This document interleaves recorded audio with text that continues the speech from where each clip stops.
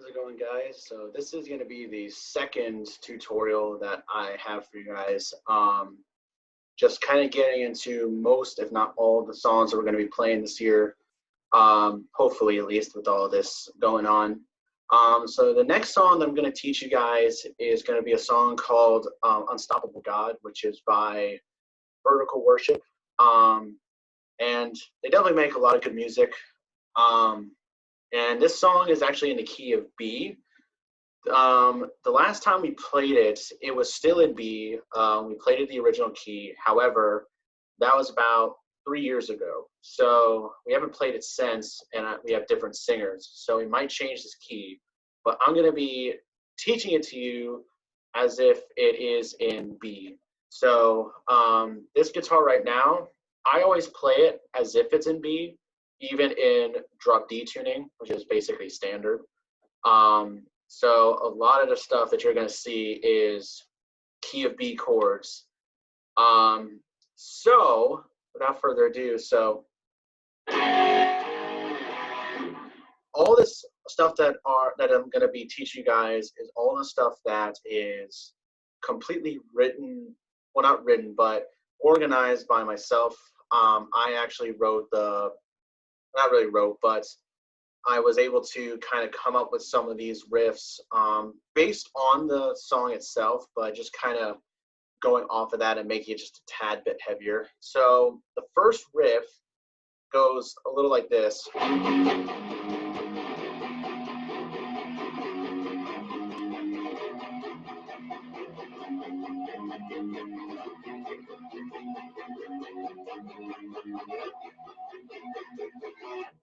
So the way that goes is it starts on the fourth fret of the low string, and it's all on the low string. But it's essentially your F sharp chord. So it's 1, 2, 3. You hit the and this is all palm muted, by the way, all palm muted, the entire thing. You play the F sharp 3 times, and then you go to the 6th fret or the G sharp minor chord. And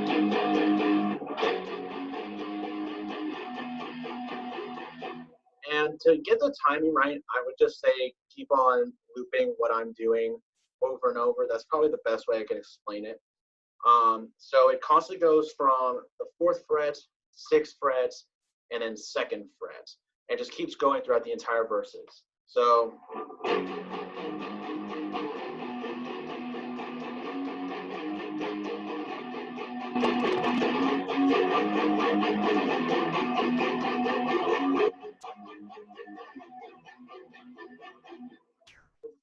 goes back and forth over and over again. And then whenever it's about to go into the chorus, you kind of just like, so how that works, and I have a weird reverb on, so I apologize for that. But the way that works is you mute it and do like a palm mute, but you let go of it immediately. So that way it still rings out, but it's kind of a little bit lower than just a. And this mostly only works if you have a good amount of gain on it, if not a ton of gain. I actually have right now going through this a distorted amp and a Boss metalcore pedal. So you can imagine just how much distortion is going through this. So once you sustain that on the 2nd fret of that low string, that's when you go into the chorus chords. So it would be it'd be this B chord, which is the 2nd fret of the A string. And then this almost acts like a transitional chord. And this is a C sharp minor, which is on the 4th fret of the A string. And then the low string 6th fret is where you go next, which is the G sharp minor chord. And then the next chord is just going to be another transitional, which is going to be the E chord, which is the 7th fret of the A string. So this is how this is the timing of it. So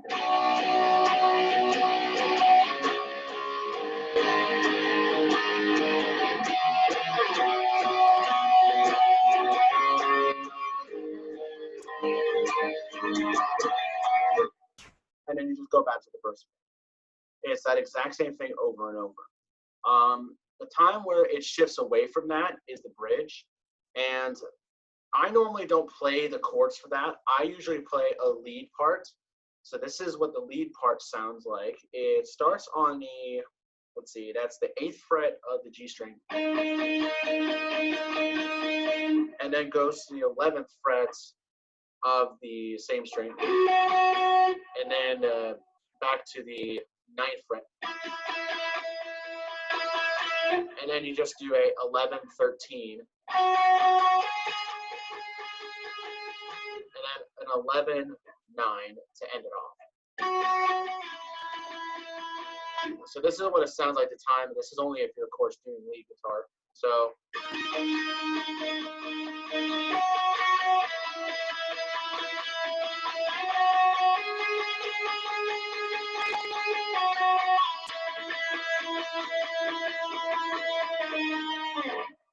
And then you just keep doing that over and over. And to make things a little more interesting, at some point in time, I kind of do it somewhat random whenever it feels right to do it. But I basically change that entire thing to where it's now going to be octave chords. So I keep the same position on the G string, but kind of add the A string onto it. So it'd be.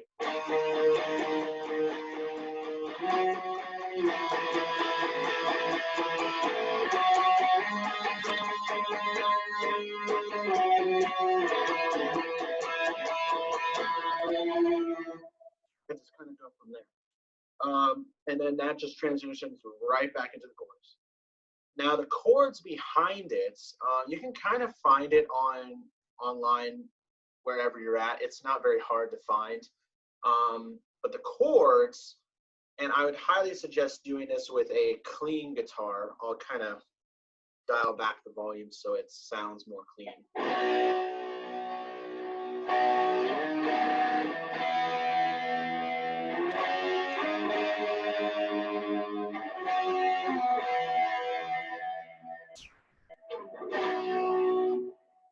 I did mess that up a little bit. So this is the actual chord. So it starts on the B, and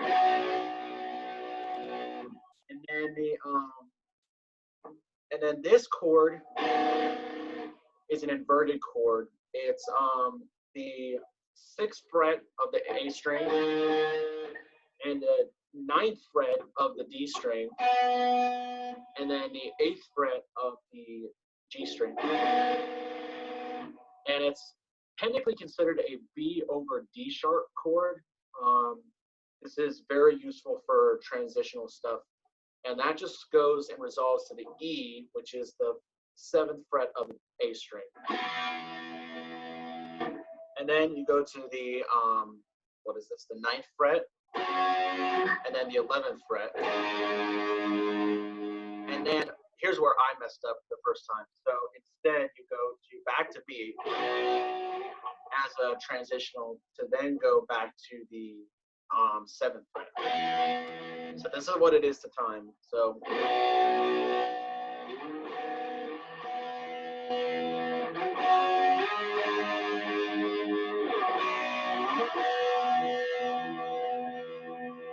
And that's all happening underneath the lead line. That whole thing. So I would, like I said, suggest doing that on a pretty clean setting, if not just like a very slightly overdriven sound. So maybe dialing back your volume on your guitar if you have it on full distortion, or trying to figure out a way to turn off the distortion pedal in front so that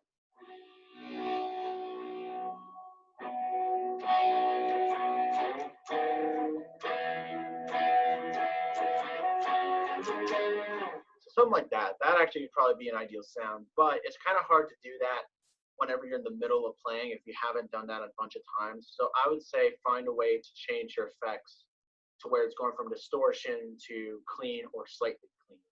That'd probably be the best way. And then you just go straight back to the chorus and you play that progression 4 times. On the 4th time, that's when it starts getting a little bit different, because at the very end, when you get into when you start doing the And like here's where it changes. So the last time you're doing it, which is all on that 6th fret of the low string. So the way you would play that is 1, 2. So the timing would just be 1, 2, muted, and then mute, and that's how you would go about it. And it's kind of synchronized with the drums and all the other instruments to make a very punchy outro. And then it just ends. You don't sustain anything. It's just done. So I'm going to go ahead and play it with the track or with the recording, and then that should be it. So here we go.